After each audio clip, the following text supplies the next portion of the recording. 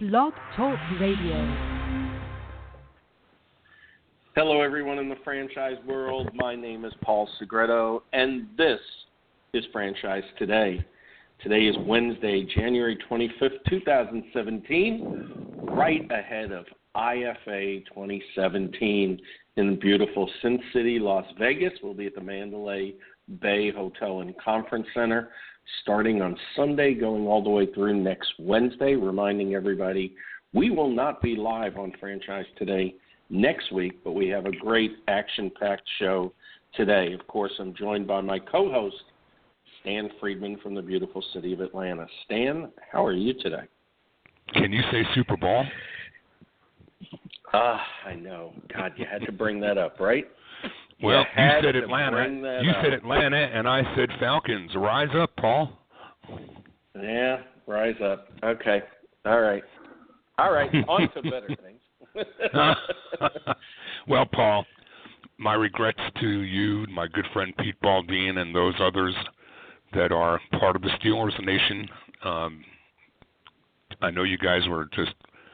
I was texting away during the game with one or two of my favorite fans, Mr. Segreto, Mr. Baldine.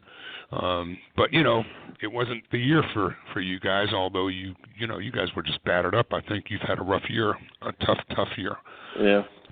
The Falcons, on the other hand, Rise up, Paul. Here we go. We are Super Bowl bound. I can't believe it. And Atlanta is just celebrating. It doesn't matter what happens game day anymore. We are just so happy. Oh, I don't know about that. This team is looking like it's just been a real joy. Yeah, well, we'll see. 2 weeks from now, so we'll see.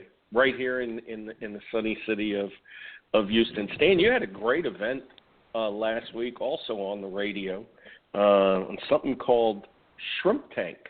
Tell us about it. Yeah, Shrimp Tank was a 1-2 punch for me last week. I hosted a webinar last week with Tim Gilboy, Jimmy Weeks, and Steve Olson on revving up your franchise engine for the new year. And we had a terrific webinar and a great turnout.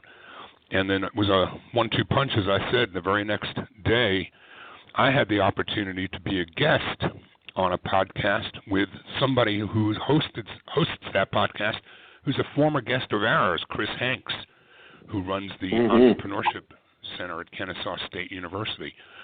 So Chris has a couple of cohorts, just like I've got Paul Segreto, right? Chris, a gentleman named Lee Heisman, and another gentleman named Ted Jenkin, all co-host this thing called the Shrimp Tank.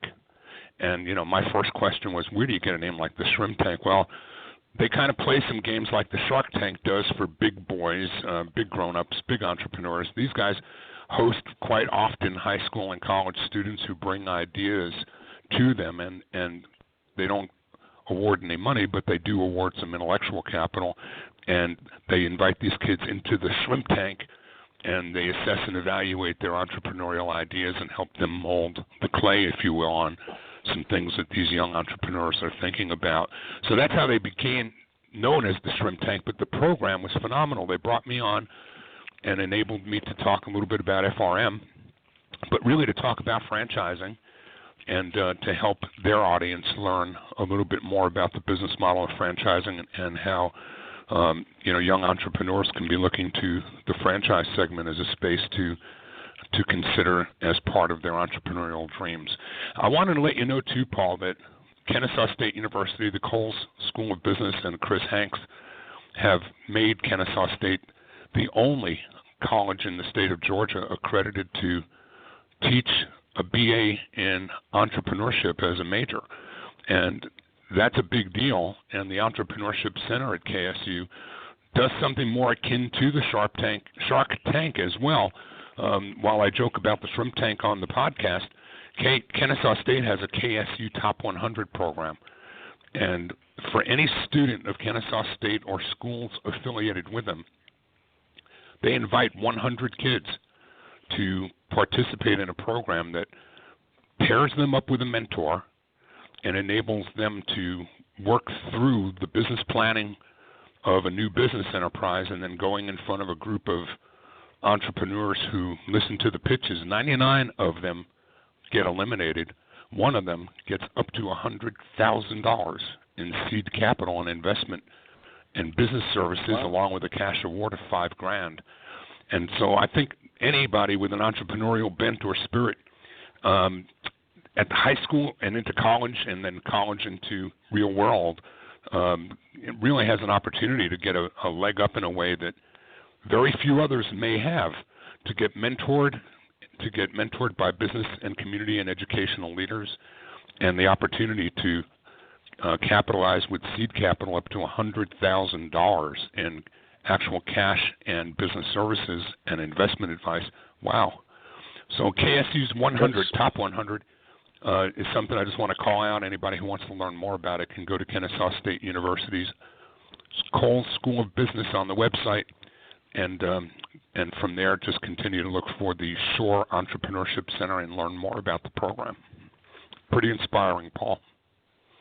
Yeah, very inspiring. I was really impressed when we spoke with him on Franchise Today. Matter of fact, this weekend, I think as I'm flying out to Vegas, I'm going to listen to that segment again. Of course, all of our segments are available on blogtalkradio.com/franchise today, as well as on iTunes. So I'll have some listening to do on my flight. And anybody who wants to listen to the Shrimp Tank segment that I did last week can just go to shrimptankpodcast.com, and they'll find it easily enough as well. So you also had a webinar. Tell us real quick about that, and then we'll bring on today's guest. Well, the webinar was really all about just some of the things that we don't think about often enough, Paul. We all consider the sources and the budgets and where we go to find and generate new leads, and how much we spend for brokers or how much we spend for portals or shows. But no matter where you go to source your leads, I think too little time is spent under the hood in making certain that your infrastructure is fired up for success as well, that your website, for example, is in alignment with all of the search engines, and that your load times for pages aren't going to get people so disenfranchised as waiting for too long to be able to get to a page that they bounce and go away. So it was all about some of those under-the-hood things. We talked, Tim Gilboy did about the power of texting and the research that Franchise Help has done in support of the knowledge that text and SMS is it's rising as the primary best way to communicate with prospects at an exponential rate. Jimmy Weeks talked about all of those mechanics in doing your Google Analytics and making certain that all of your pages are loading correctly and are functional correctly on all versions of web browsers. Steve Olson talked about, again, with reference to text, the power of chat messaging 24/7 and enabling people to have instant engagement with chat messaging on your franchise development websites. All of these things were basically under-the-hood conversations so that we are all assured that no matter what our spend is for franchise development, that we're kind of tuned up under the hood to be certain that we're getting the most bang for the buck, no matter what that buck might be. So that podcast or webinar is available now as a downloadable. Anybody who wants to that didn't catch it live can just shoot me an email, and I'll be happy to send you a link so that you can hear it if you're so inclined. That'll be great. I've listened to part of it. I'm looking forward to listening to the rest of it. Good information. Certainly wouldn't start out on a cross-country trip without looking under the hood and making sure everything is operating efficiently. You know, we talk a lot about entrepreneurship on Franchise Today, and I do want to make mention, serial entrepreneur, Phil Romano of Macaroni Grill fame and Fuddruckers fame, and has taken, Rudy's Barbecue and Country Store to new heights. Well, he's got a neat little incubation project going on in Dallas that we had a chance to visit again for the second time in Trinity Grove, and it's actually a restaurant incubation center. It's about 12 or 15 different restaurants in there.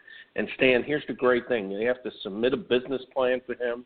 They have to get an okay to open up there, see the whole plan, and he gives them an opportunity to make it or break it in 6 months.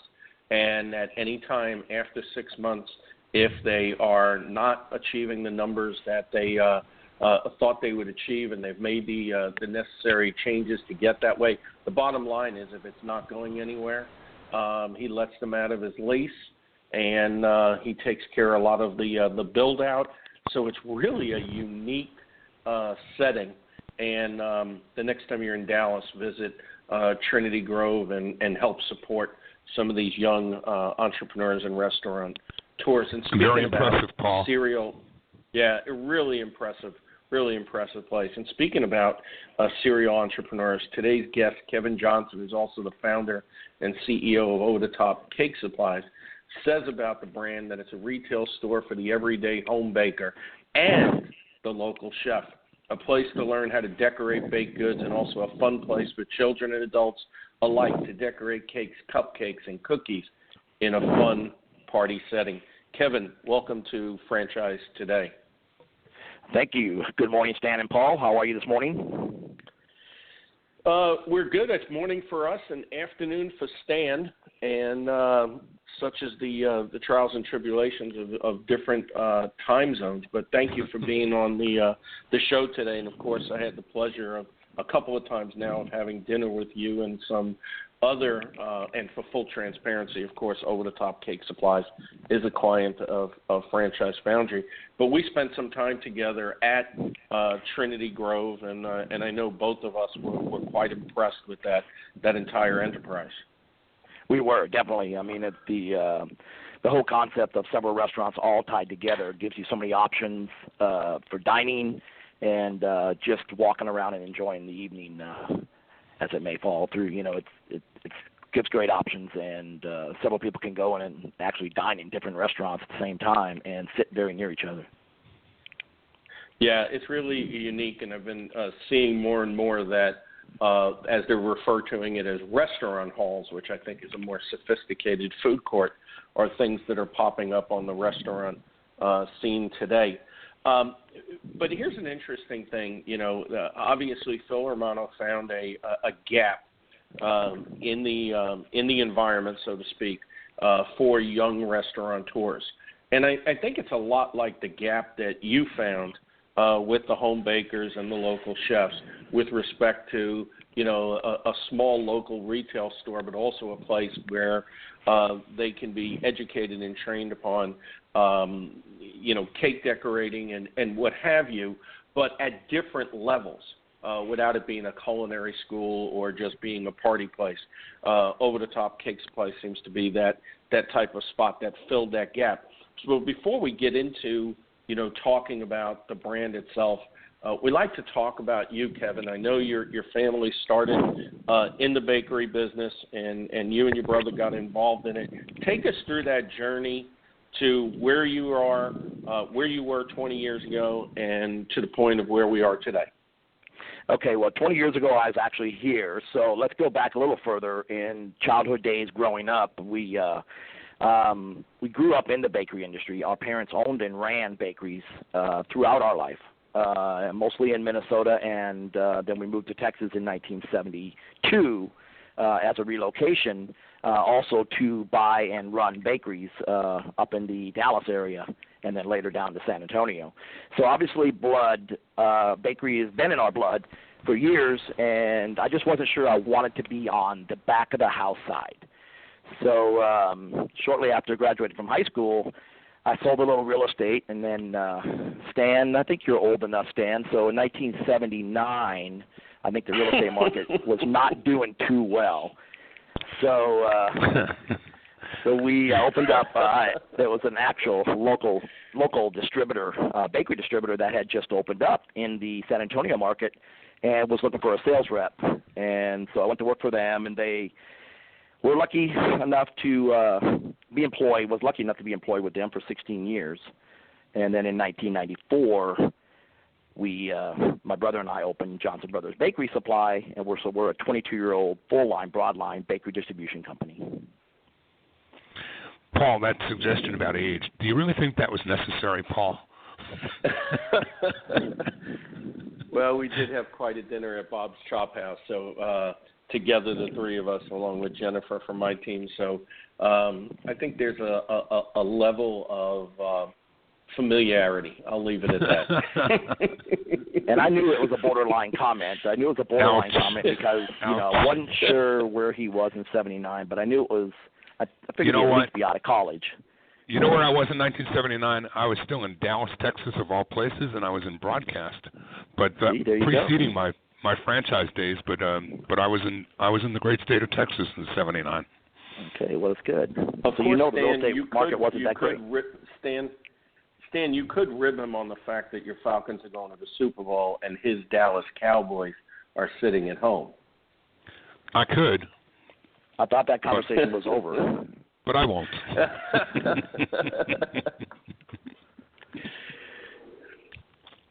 So no, tell us a little bit. Go ahead, Kevin. Tell us a little bit about. So Johnson Brothers Bakery Supply started 22 years ago. It's grown into a very robust business with clients, very well-known clients such as H-E-B supermarkets and Whole Foods. And I know you not only provide bakery supplies, but you provide a lot of instruction to those the bakers that work at those businesses. Tell us a little bit about that, because I really think this is starting to get into the foundation of where Over the Top pop up.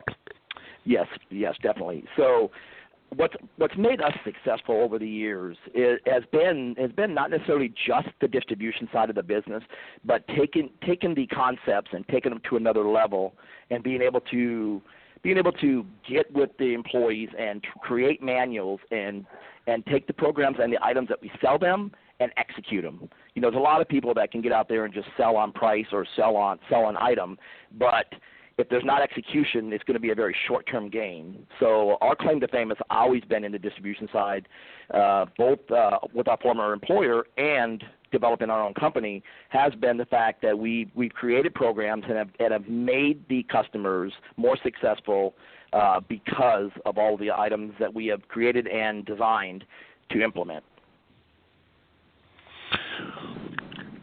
Can you talk a little bit about, from the consumer base, what it is about your products and your go-to-market strategy that have made your customers raving fans of what you do? Yes, on the over-the-top side, I'm assuming you mean the over-the-top customer base? Yep. Okay, yeah. So because of the natural fit of being able to supply the baking industry and the training level that we've done for so many years, we did feel like it was a natural fit to open a cake supply store. Not that we're the first one that's ever done it, but I believe that we're the best one that's ever done it. And I think that's because we've streamlined the concept and we've made it fun and we've made it more broad and created a community.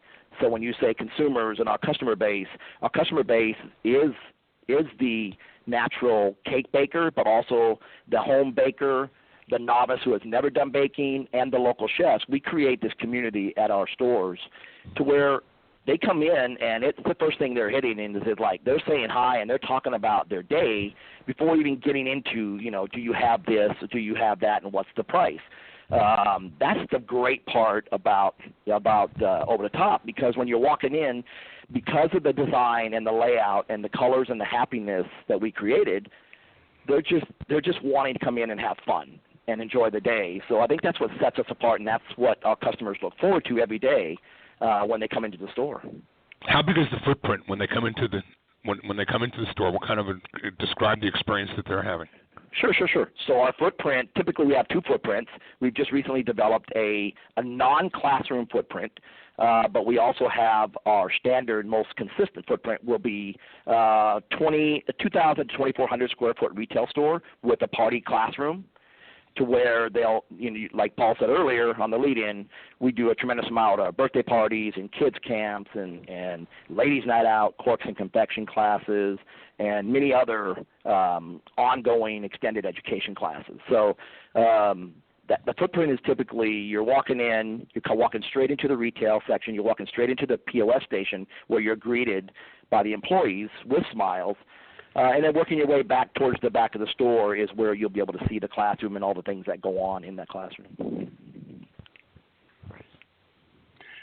So, Kevin, as you, I know Over the Top started with actually some packaging of goods under the brand Over the Top, and then you kind of tested it out kind of an extension of the warehouse until you realized, you really had something. You made the investment in opening a corporate store in order to prove out the model, and then of course after a couple of years of success there, you started looking at franchising to where we are today.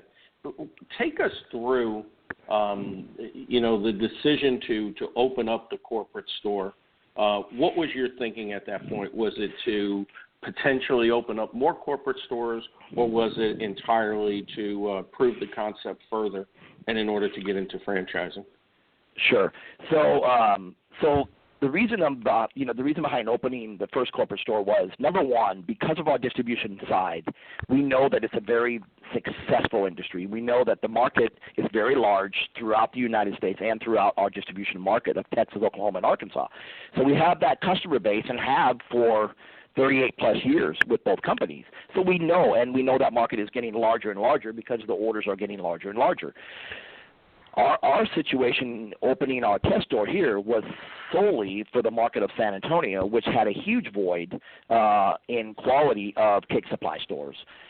We basically had one company that was here, but we felt was not doing a very good job, so we decided to test it at our warehouse. So we built out a nice little 900-square-foot store, which clearly was a destination because it was in the middle of an industrial park.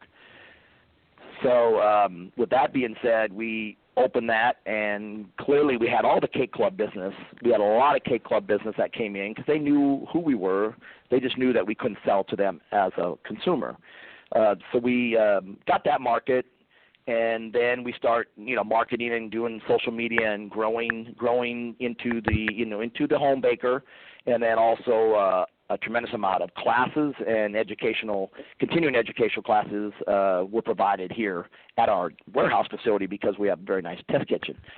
So that just started growing and growing to the point where now I felt like after a couple of years we needed to get out there and get that impulse buyer and the customer base that needs to at least drive by and be curious about what this business is and come in and just grow that business. I would think, Paul, that it's not the kind of business that people would even dream exists. I would think that it's kind of like walking into Wonderland and going down the rabbit hole. If you walk into a place that, like I might do with hot sauces, I found some places where I walk in and there are just shelves after shelves after shelves of different kinds of hot sauces that I've never seen or heard of before. I could spend days in a store like that. And I know that there are people that are every bit as avid about baking as I might be about sauce. So I'm thinking it's got to be like a real Wonderland kind of a discovery for people that find this for the first time. Yeah, it really is the first time that I saw it.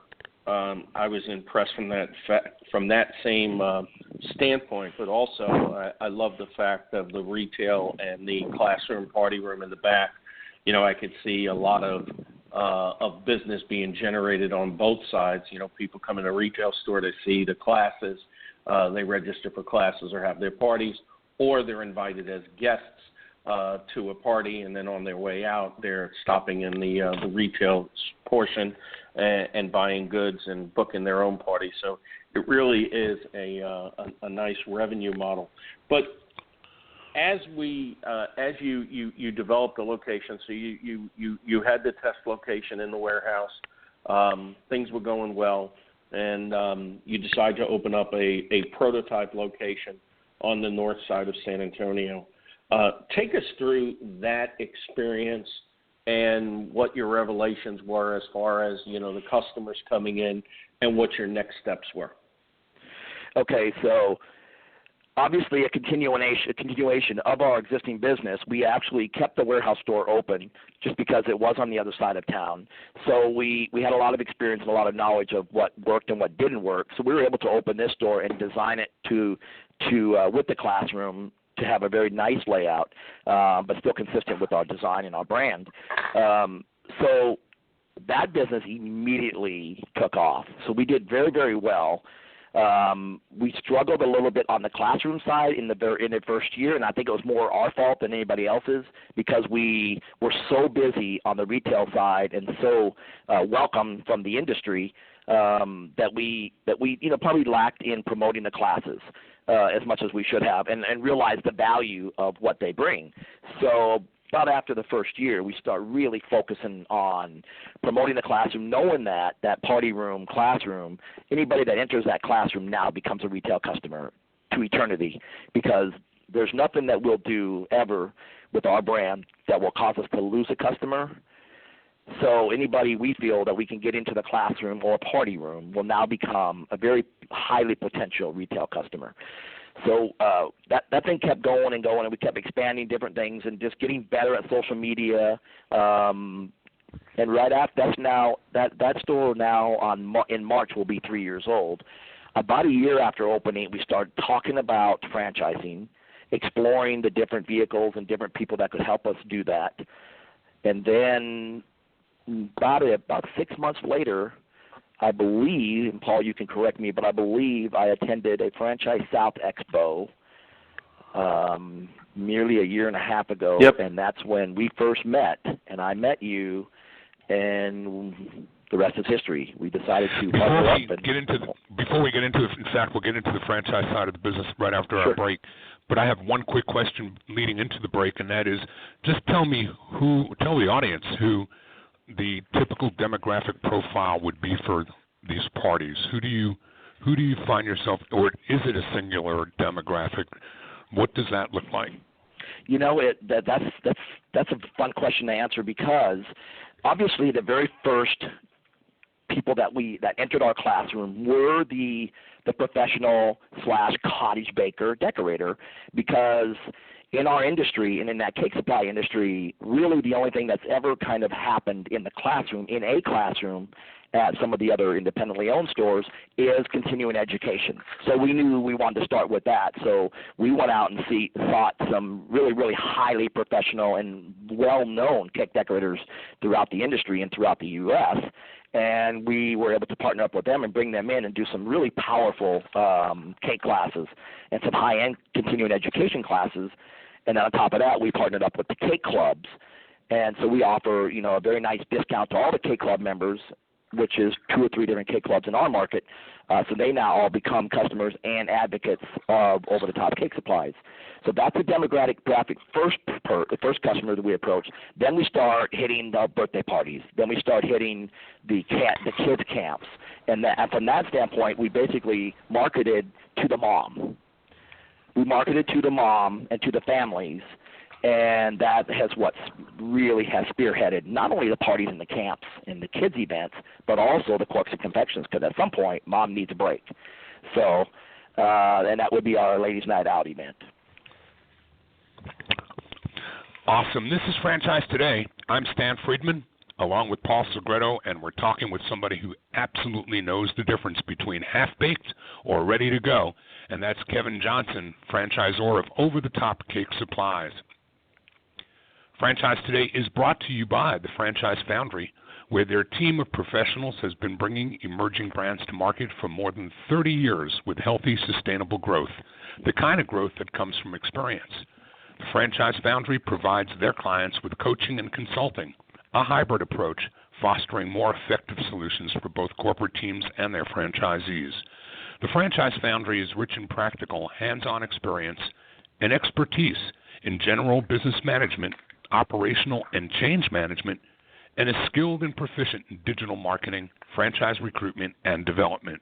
The Foundry team can also assist with creating roadmaps for potential mergers, acquisitions, or capital acquisition, and the guidance needed to navigate those courses. Learn more about Paul Segreto and the Franchise Foundry, along with their expanding list of clients, at franchisefoundry.com. Franchise Today also brought to you by FRM Solutions, offering best-in-class CRM and document management software designed specifically for franchising. FRM is the only CRM that offers text messaging tracking as well as email tracking, again, designed exclusively for franchising. We enable collaborative communications between you and your prospective and existing franchisees. Make today the day you give FRM a look, and start 2017 assured that all of your candidate and franchisee correspondence, including text messaging, is being tracked and permanently stored and historical archives of all of your candidates and franchisees' records. One last thing, with FRM, your cloud-based software is upgraded annually and at no additional cost. So you're always operating the latest and greatest version of their software. Find out more about FRM on the web at frmsolutions.com or look for us at the upcoming IFA convention. So, Kevin, we've learned a lot about what got you started from the commercial side of your business into the consumer side and then into franchising. So let's talk a little bit more in our time left today about the franchising side of life and how that evolved and how the relationship with Paul played a role in that for you, and then who it is that makes the best franchisee and who it is you look for and what they should look for and expect from you. Sure, absolutely. So upon visiting the Franchise Expo, I had a nice sit down with Paul, and we started talking about my goal and what I wanted to do. And of course, he hadn't been there and hadn't had a chance to come visit. So I think reluctancy would probably set in a little bit, just because, like you mentioned earlier, it's like, who really knows? Who really knows what this means unless you're in that cake decorating world?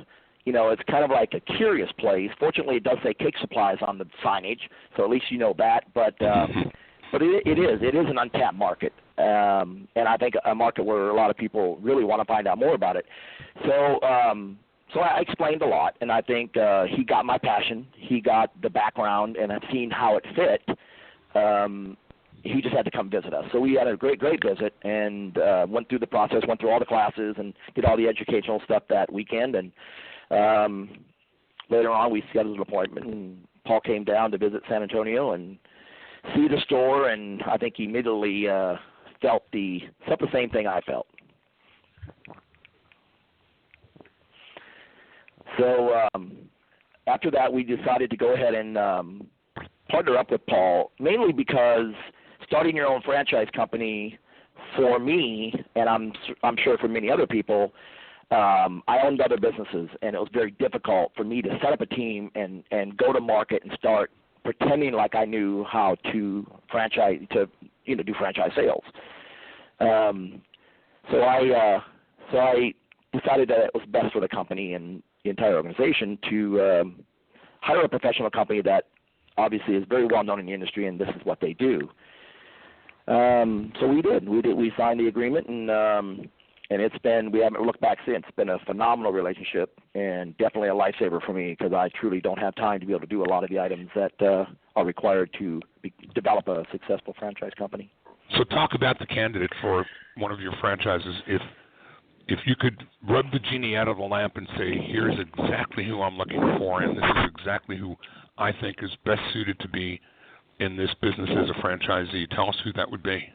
Absolutely. So we currently already have 4 franchises, and we're less than a year deep into franchising. So we're very fortunate. We feel very fortunate, and naturally, the prime candidate is anyone with like a cake decorating experience, someone that knows the in and outs of decorating a birthday cake, whether they're novice or professional. The passion and love of being that cake decorator or cake baker is obviously the first and naturally the best candidate for us. And of course, you have the investor that's looking for 3 to 5 locations. We certainly would help them locate and educate and train cake decorators to manage the stores and such. But yes, the prime candidate typically would be someone that does have the passion and ins and out of decorating a cake. One of the things I found, Stan, in working with candidates for this brand are, just that the people that are passionate about it that aren't even looking at other opportunities. So it's really a unique situation. One of the things I want to talk about, though, is, Kevin as being a student of franchising. And so let's just take a little step back. It was interesting when I first met Kevin, and I met his son Dylan, and I met his general manager of Johnson Brothers, Randy, and both Randy and Kevin's son Dylan said, "Oh my God, you're the guy. I recognize your voice." And when I asked both of them, well, what is it that you mean? And they said, well, every time we get in Kevin's truck, or in Dylan's case, I get in my dad's truck, you're on the radio. He's listening to Franchise Today all the time. And so I guess the relationship started, well before the time we met. But it was interesting in working with Kevin at how many of the things that he remembered from the show. And I think that just goes to a point, Stan, of the good that we're doing for franchising. And he actually had notes and actually came back and said, what about this and what about that? And obviously he was educated enough to make informed decisions. Kevin, tell us a little bit about that as you were thinking about, the jump into franchising with that in mind. Well, it was a big jump because we are so busy and so occupied with Johnson Brothers Baker Supply that we felt like I knew the market was going to be big. I knew the market was going to be big. I knew there was a demand for this, and I knew that nobody had ever streamlined and taken a cake supply store concept on a nationwide level.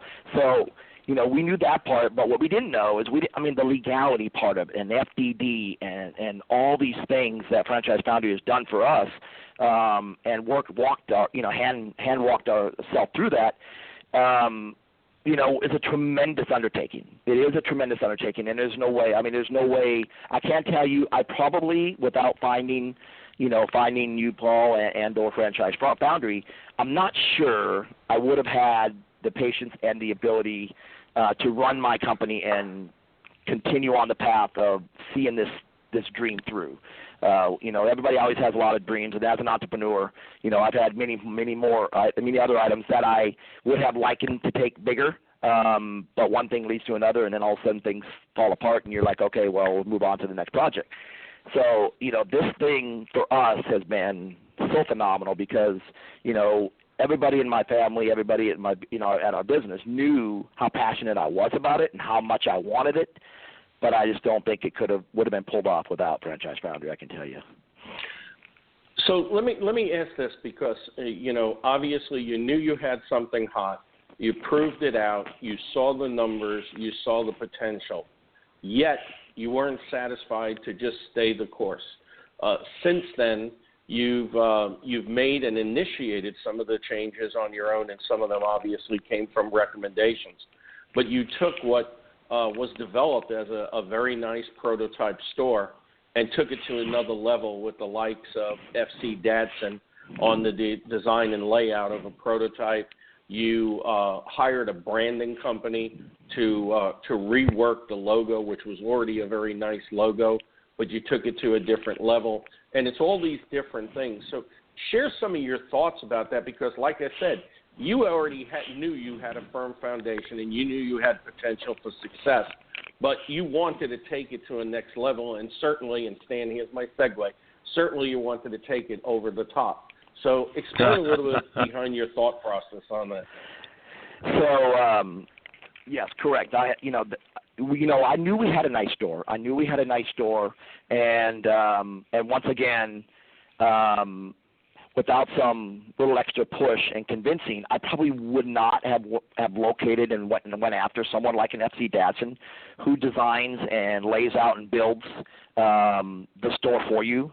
But again, because of my lack of time and the ability to work through exactly how I'd want that done, we were introduced to them, and they've been amazing. So they're the experts. You think about them. This is what they do day in, day out. They design and build store layouts. So I thought I had the perfect layout. I thought I had the perfect design, and I thought I had something that would be more accepted on a national level. But in meeting with them and going through the layout, I think basically they just kind of pulled me back a little bit and reeled me in and calmed my colors down a little bit, made it more national appealing than maybe Southwest Texas appealing with the super, super bright colors, but we still have amazing fun colors.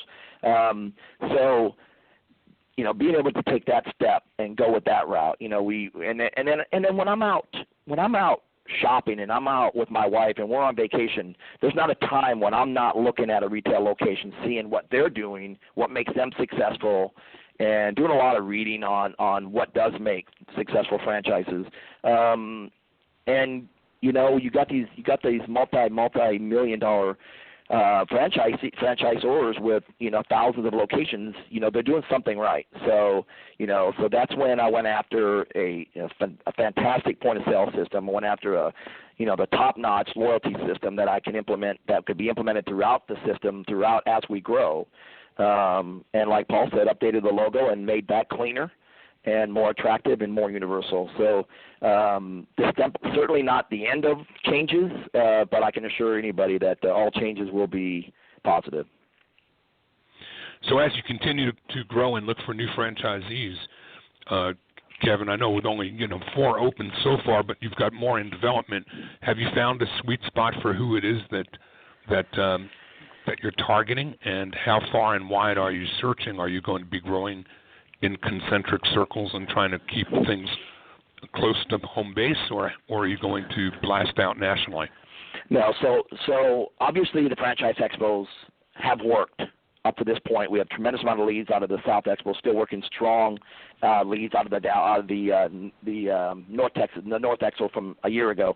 So those, I think, are the logical leads that we go after. But I can tell you, knowing about this industry and understanding all the different cake conventions and consumer cake conventions that are happening throughout the United States, they're absolutely massive. They're 15,000 and 20,000 attended shows that are literally cake shows for the consumer and the cottage baker and the cake decorating novice. So that market is what we're going after this year. Besides the traditional expo shows, we're going after these cake club shows. We're going to do one down in Miami called the South Flow Cake Expo. We're going to do one in Orlando, and we're going to do some regional ones. We got one coming up in Austin.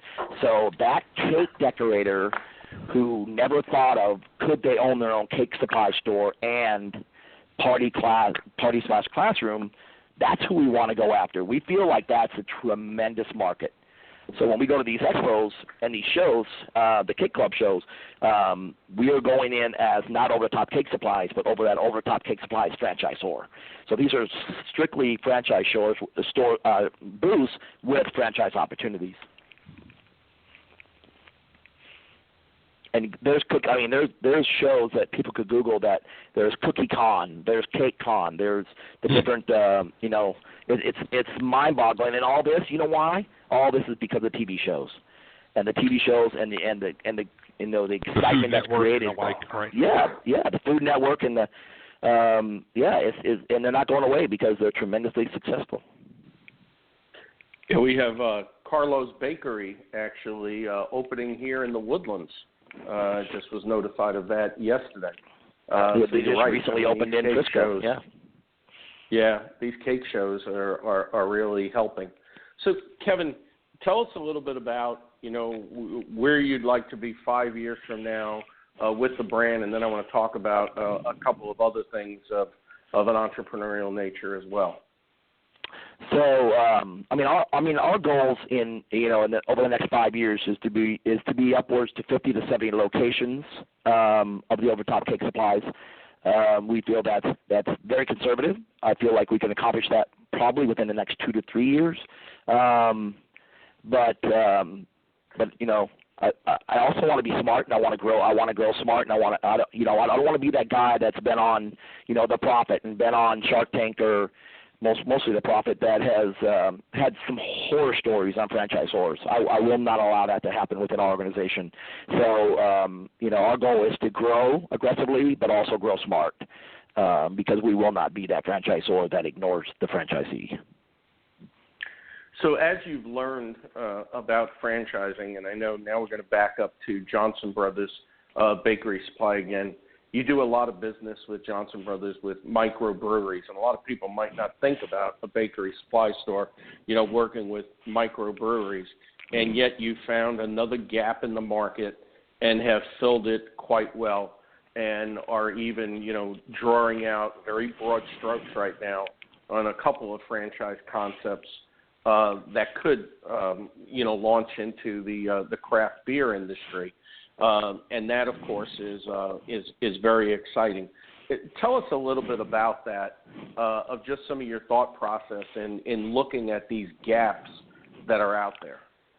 Sure.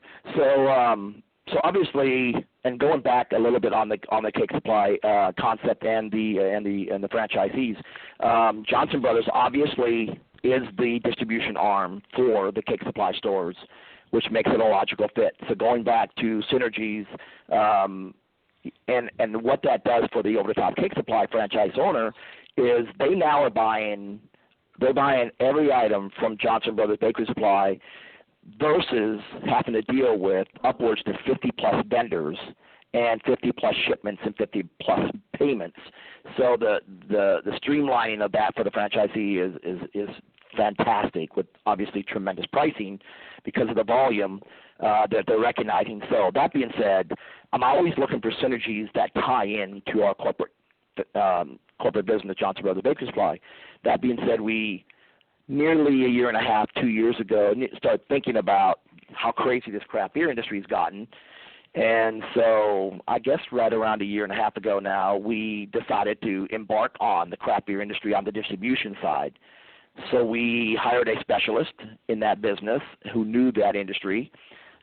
Much like we invested in Franchise Foundry, that's not what we know. I mean, we didn't know craft beer industry, but we brought a gentleman in that did.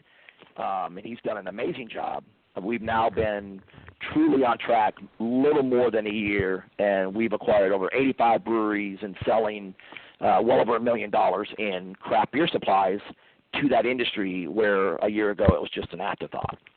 So, and once again, all that distribution comes through Johnson Brothers because we're driving right by that customer.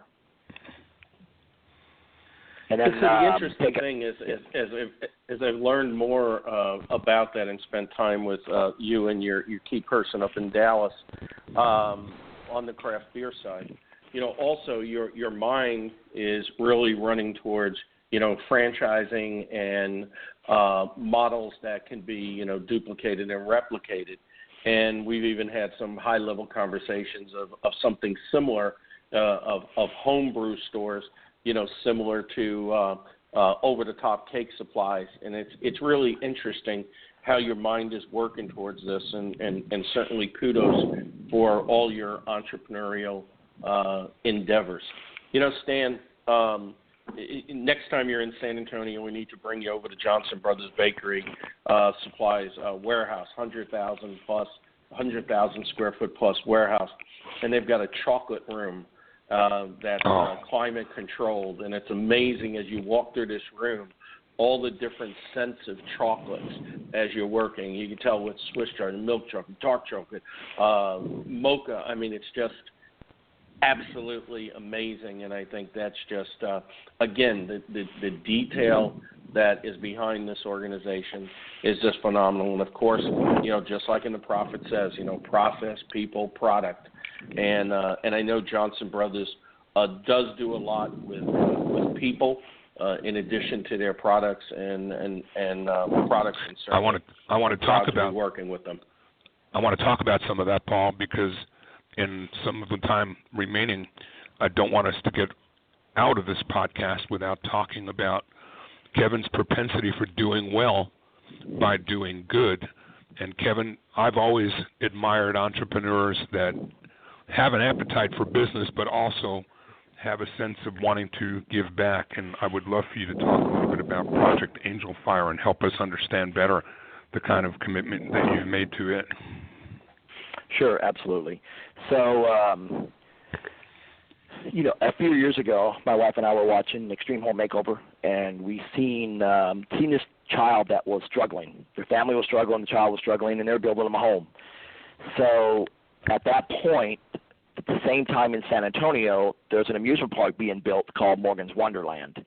Morgan's Wonderland is the Disney World for special needs and wheelchair accessible people, children and adults.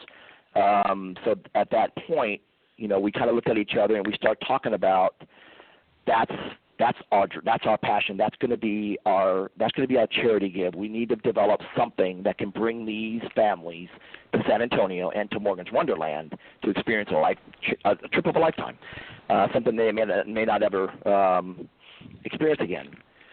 So we once again quite rapidly got into this and and developed Project Angel Fairs. And over the years, we have continued to bring in amazing families. We're now over 60 families. We're bringing at least 10 to 15 families every single year to the park, to San Antonio.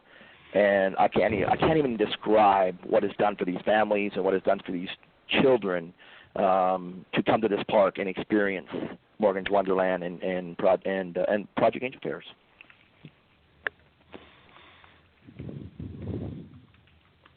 I can tell you that the parents, when you're walking in these parks and your first feeling is when we're bringing the kids to the park, and your first feeling is, what are they going to do? I want to see these kids' faces. I want to see how they react, because we personally, my wife pretty much runs the whole organization, and we personally, especially her, attends every visit by these families. And so you wonder what the kids' faces are going to look like. But, it's tremendous, and it's heartbreaking and enjoying. But I can tell you, when you look at the parents' faces and see their kids do something they've never done before in their life, I can tell you it's priceless. It's absolutely priceless. Was the word that came to mind for me was priceless. Paul, what else you got if for you us? want to learn more, I was going to say, if you want to learn more about Project Angel Fairs, it's at projectangelfairs.com. There's also on Facebook, facebook.com/Project Angel Fairs. If you're ever in San Antonio, you certainly want to take a look at the wonderful facility just up the road from Johnson Brothers Bakery Supplies. Really great place. Great to discuss that along with your business, Kevin. I wish you continued success to you and your wife, Melissa. And, hopefully we'll bring you back on the show when we hit those 25 or 50 locations. There you can't let him get away, though, without telling the audience how they can find him and learn more about him. I was leaving that for you. So, Kevin, in the time that's left to us here today, we don't want to let you get away without first telling us, how can a member of our audience find you and learn more about any of these incredible endeavors that you're involved with? And tell us again, that you shared a couple of these places that you're going to be exhibiting. Where can maybe somebody find you at one of these shows in the not-too-distant future? Well, we'll definitely be at the SoFlo Cake Show. We'll definitely be at the Franchise Expo in New York City. You'll find us in the Franchise Foundry booth. You'll find us at Johnson Brothers Bakery Supply. My phone is always on. My door is always open. And we'll just continue to start posting. Find us on Facebook. Find us on all social media outlets. We'll be posting where we're going, what events we're attending. And I welcome anybody at any time to reach out and call me and discuss anything that might be on your mind. And your URL, your website, homepage? Homepage is johnsonbrothersbakerysupplies.com, and over the top, cakesupplies.com, and brewerydirect.net, and projectangelfairs.com. That is a wealth of internet connectivity, Paul. Yes, no telling how long yes, this man's been around you in social media, right? Yeah, absolutely. He's definitely got a whirlwind experience through the whole social media thing, but like I said, he's been a great student of it, as well as his great team. Thanks again, Kevin, for taking the time of being with us today. Thank you very much for having us. And Kevin, the Cowboys could actually learn something from you, because your team is a winning team, and that's just, I have to end it where we started it. I'm sorry. Dan, I was just going to tell you I was going to go for the Falcons, but now I'm not sure. Kevin, I've enjoyed it. As always, it's a pleasure to talk with you. Likewise. Go Falcons. Thanks. Bye-bye. Thank you. Stan, another great show, and of course we're both getting ready, probably packing, or at least we should be packing, planning to arrive in the great city of Las Vegas at Mandalay Bay Hotel and Conference Center and Casino and party room and everything else imaginable under one roof when 4,500 franchise professionals converge on IFA Convention 2017.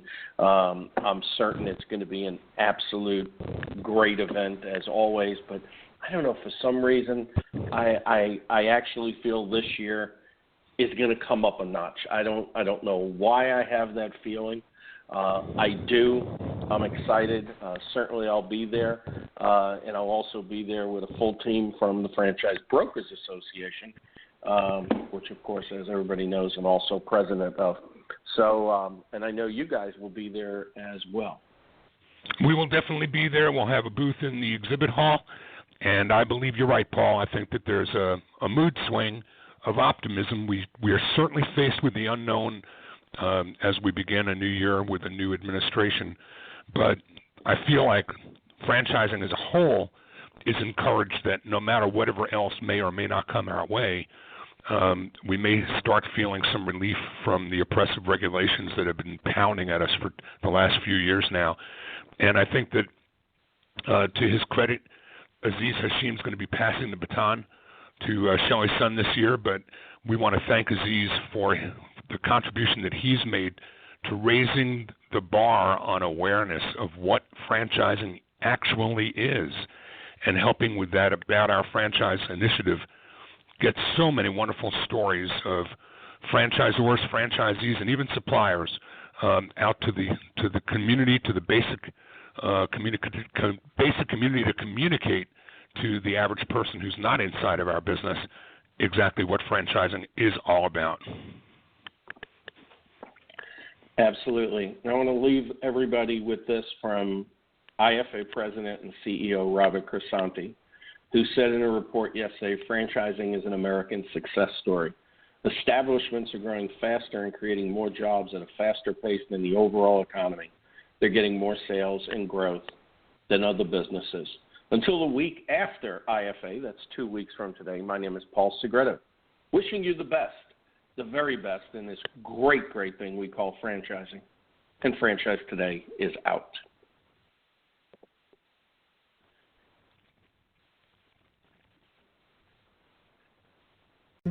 When you're part of a military family, you understand sacrifice and support. So at American Public University, we honor your dedication by extending our military tuition savings to your extended family. Parents, spouses, legal partners, siblings, and dependents all qualify for APU's preferred military rate of just $250 per credit hour for undergraduate and master's level programs.